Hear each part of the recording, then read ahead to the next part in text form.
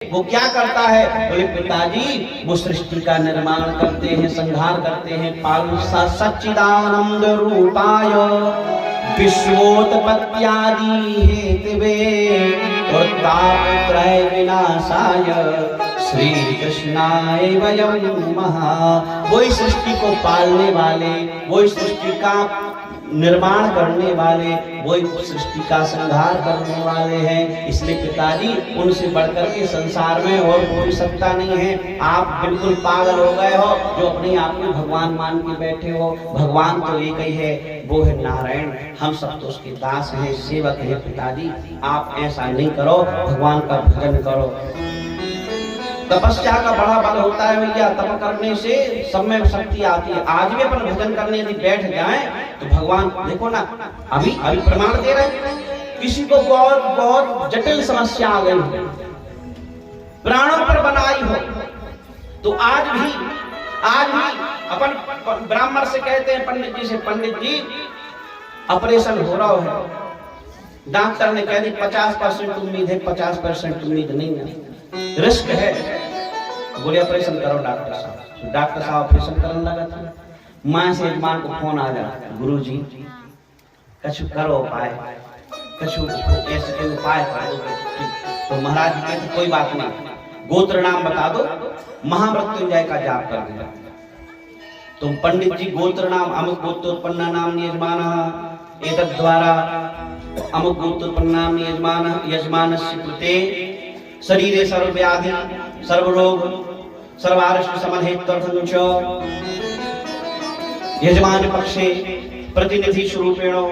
फिर पंडित जी अपना नाम लेते, अमुक गोत्रोत्पन्नः अमुक नाम सर्वणः अहम एतद् द्वारा जितने दिनों के लिए है, अद्य दिवसात् आज से अमुक दिवस पर्यंतम, जितने दिनों के लिए कर रहे हैं उतने दिन अमुक दिवस पर्यंतम, यथा सवा लाख कर रहे हैं तो सपाद लक्ष्य संख्यात्मकम, या जितनी संख्या अमुक संख्यात्मकम श्री महामृत्युंजय जापम महम करिष्ये। ऐसा संकल्प लेकर के पंडित जी वह संकल्प भगवान शंकर जी के चरणों में रख देते हैं और तन्मयता से पूर्ण विश्वास से और जाप करने के लिए बैठ जाते हैं। और यदि जाप बिल्कुल विधान से, यदि विधि विधान से जाप संपन्न हो जाता है तो उसका प्रतिफल बहुत अच्छा होता है।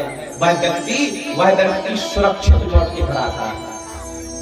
महामृत्युंजय के जाप में इतनी ताकत है कि यदि पेड़ से पत्ता टूटकर गिरने लगा हो और यदि आपके जाप में ताकत है, भक्ति में ताकत है, परमात्मा के चरणों में पूर्ण विश्वास है, तो वह डाल से टूटा हुआ पत्ता गिरते गिरते पुनः जाके जुड़ जाएगा। इतनी ताकत महामृत्युंजय के मंत्र में है। लेकिन असर इसलिए नहीं होता है कि पंडित जी लोग, माने मैं खुद अपनी बताऊं, हम लोग गुटखा खा के जाप करते हैं। जब जूठा ही होगा सब में पहले बेकार तो जो ही है। ब्राह्मण को कभी गुटखा खा के कथा नहीं करनी चाहिए। ब्राह्मण को कभी गुटखा खा के भजन नहीं करना चाहिए, जाप नहीं करना चाहिए, रामायण का पाठ नहीं करना चाहिए, सुंदरकांड का पाठ नहीं करना चाहिए। आज हम और आप सब सुंदरकांड गाने के लिए जाते हैं, कोई बुलाता है तो हम लोग सब गुटखा खा के बैठ के पाठ करते हैं। हनुमान चालीसा गुटखा मुंह में दबा के पाठ करते हैं। हम लोग रामचरितमानस 24 घंटा का जो पाठ करते हैं, फूक फूक की लगाते हैं, पान चबाते हैं, बीड़ी पीते हैं, गुटखा खाते हैं और मानस का पाठ करते हैं। भैया भगवान कैसे प्रसन्न होगा? कैसे उस व्यक्ति की इच्छा को पूर्ति कर पाएगा? तुम झूठे पाठ कर रहे, भगवान करो तुम्हारा पाठ स्वीकार नहीं करता। इसलिए विधान से किया हुआ, आज भी यदि विधान से किया जाता है जाप पाठ, तो जो इच्छा होगी यजमान की आज भी पूर्ति होती है। ये मंत्र झूठे नहीं है, ये विधान झूठे नहीं है, ये अनुष्ठान झूठे नहीं है, इनमें कोई कमी नहीं है। कमी है तो मुझ जैसों में कमी है। मुझ जैसों में कमी है। जिस विधान से मुझको ये जाप पाठ करना था, आज मैं इसको खेल समझ रहा हूँ और केवल मन बुद्धि में धन का लोभ लेकर के मैं आपके आसन पर बैठ के जाप करने आया। कैसे भगवान स्वीकार करेगा? मैं लोभ लेकर के आया हूँ। यदि मैं भक्ति लेके आता, यदि मैं भाव लेके आता, यदि मैं समर्पण लेके आता, तो फिर आपका जाप करता तो मेरा परमात्मा स्वीकार भी कर देता। मेरी गलती है, मेरी गलती है। तो तपस्या में बहुत ताकत होती है भैया। अरे राक्षसों ने तपस्या करके देवताओं से वरदान प्राप्त कर लिए। कैसे कैसे किए? बोले कीन विविध तप तीनों भाई, श्री राम राम जय राम। कीन विविध तप तीनों भाई, श्री राम जय राम जय राम। कीन विविध तप तीनों भाई, श्री राम जय राम जय राम। परम गुप्त सोबर न जाई, श्री राम जय राम जय राम। कीन विविध तप तीनों भाई, श्री राम जय राम जय राम। परम गुप्त सोबर न जाई, श्री राम जय राम जय राम। श्री राम जय राम जय राम। श्री राम जय राम जय राम। तपस्या में बहुत ताकत होती है, पर हमारे विश्वास में भी ताकत होना चाहिए। विश्वास यदि पूरा है, सच्चा है, तो भगवान आज भी सुनता है, आज भी प्रकट होकर हमारे आपकी मन की कामना को पूरी करने के लिए आज भी हमारा भगवान आने को तैयार है, आज भी आने को तैयार है।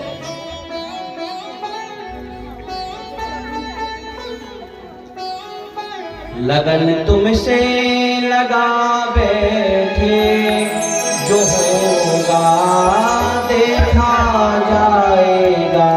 अब तो अपने परमात्मा से लगन लगा के बैठे हैं। हमें पूर्ण विश्वास है कि पिताजी तुम जितनी भी हमारे ऊपर चोट करोगे, मेरा परमात्मा खड़ा होकर मेरी रक्षा करेगा। मैंने तो उनसे लगन लगा ली है पिताजी, अब मुझे विश्वास है कि मेरा परमात्मा पग पग पर मेरी रक्षा करेगा। जैसे उस अबा में धड़कते हुए अबा के बीच से उन मारदारों की रक्षा की है, ऐसे मेरा परमात्मा मेरी भी रक्षा करेगा। इसलिए अब तो ये लगन उनसे लग चुकी, पक्की लगन लग रही है। तो लगन तुमसे लगा बैठे, जो होगा देखा जाएगा। लगन तुमसे लगा बैठे, जो होगा देखा जाएगा। लगन तुमसे जो होगा देखा जाएगा।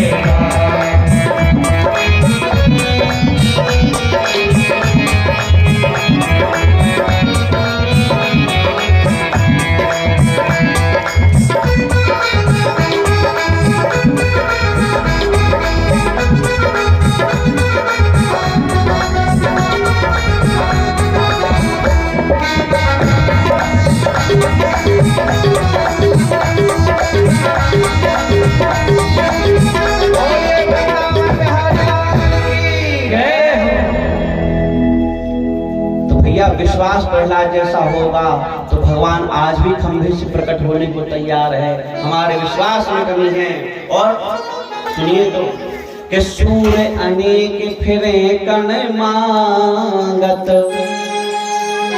कि सूर्य अनेक फिरे कण मांगत। पे पद सूर्य सुस्वाद कहाँ।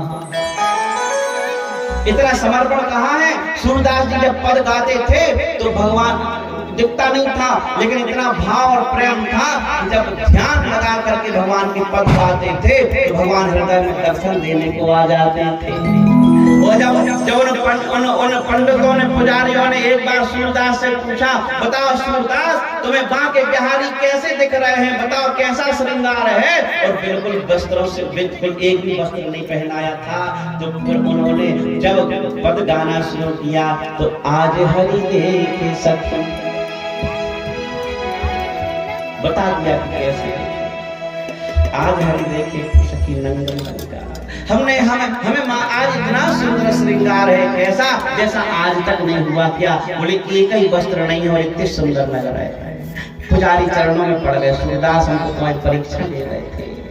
तो इतना प्रेम, इतना भाव कि भगवान दर्शन देने को हृदय में नृत्य आते थे सूरदास जी के हृदय में।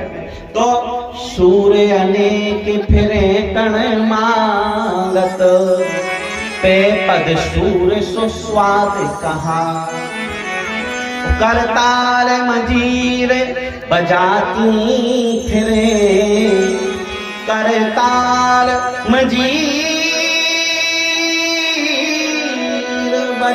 बजाती फिरे, पर मीरा मतवारी सी चाहे कहाँ। भजनों में जात सोमवार को 11 को भजन हो रहा है, करताल बज रहा है, मंजीरा बज रहा है, वो 3-3 4-4 घंटा। और अब हमें जल्दी जाने काय ऐसा रोटी बना। तो भजन तो गा रही होते हो, चित्त धरो रोटी पे, भगवान कैसे प्रसन्न होते हैं। बोल वृंदावन बिहारी लाल की जय हो। तो करताल मजीर बजाती फिरे, पर मीरा मतवारी सी चाहे कहाँ। सिया राम कथा, सिया राम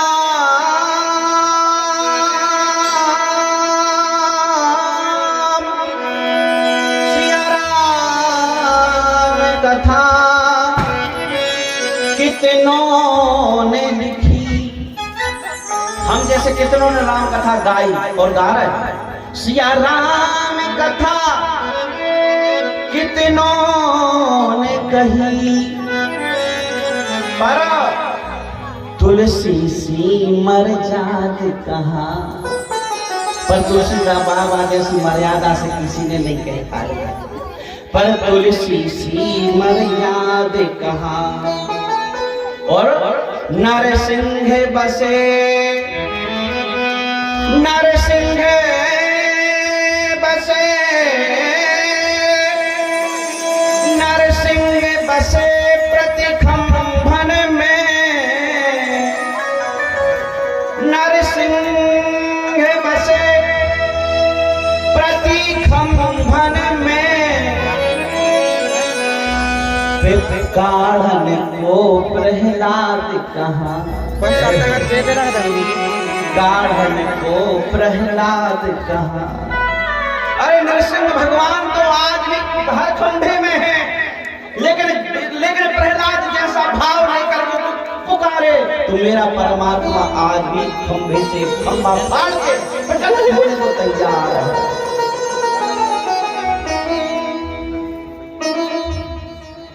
प्रहलाद ने और गुरु जी के आश्रम में पढ़ने को भेज दिया। सुंड और अमर, चंडा अमर के यहाँ पर, लेकिन प्रहलाद को वहां भी कोई फर्क नहीं पड़ा। पूछा हिरण्यकशिपु ने, बोले बेटा बताओ क्या सीखे। बोले पिताजी हम तो यही जानते हैं। बोले बेटा सही बताना क्या सीखे। बोले पिताजी सही सुनना चाहते। बोलो हाँ सही बोले। बोले भगवान सबकी रक्षा करता है, सबको पालता है, सबको सबके मन के भावों को पूरा करता है, और यदि वो रक्षा करने को खड़ा हो जाए तो सारा संसार उस व्यक्ति का बाल वांका नहीं कर सकता है। मैंने तो पिताजी ये सीख लिया है। हिरण्यकशिपु ने कहा जय सुंदर गाय, फिर से लेके जाओ। ले गए। प्रहलाद जी कीर्तन कर रहे थे, उन शिष्यों ने कही भैया तुम्हें तुम्हारे पिताजी का होलिका से जलवा, पत्थरों से मारा, फिर सर्पों से छोड़ कर नहीं लेके भगवान। अरे नहीं भैया ये नाम ही सार है, बाकी सब संसार असार है, प्रभु का नाम ही असार है। अच्छा तो बस प्रहलाद जी गाय रहे, तो शिष्य गए स्पर्श करो, करंट दौड़ो तो धारा प्रभावित हुई थी भक्ति की। तो सब शिष्य भी गाने लगे श्रीमन नारायण नारायण नारायण, श्रीमन नारायण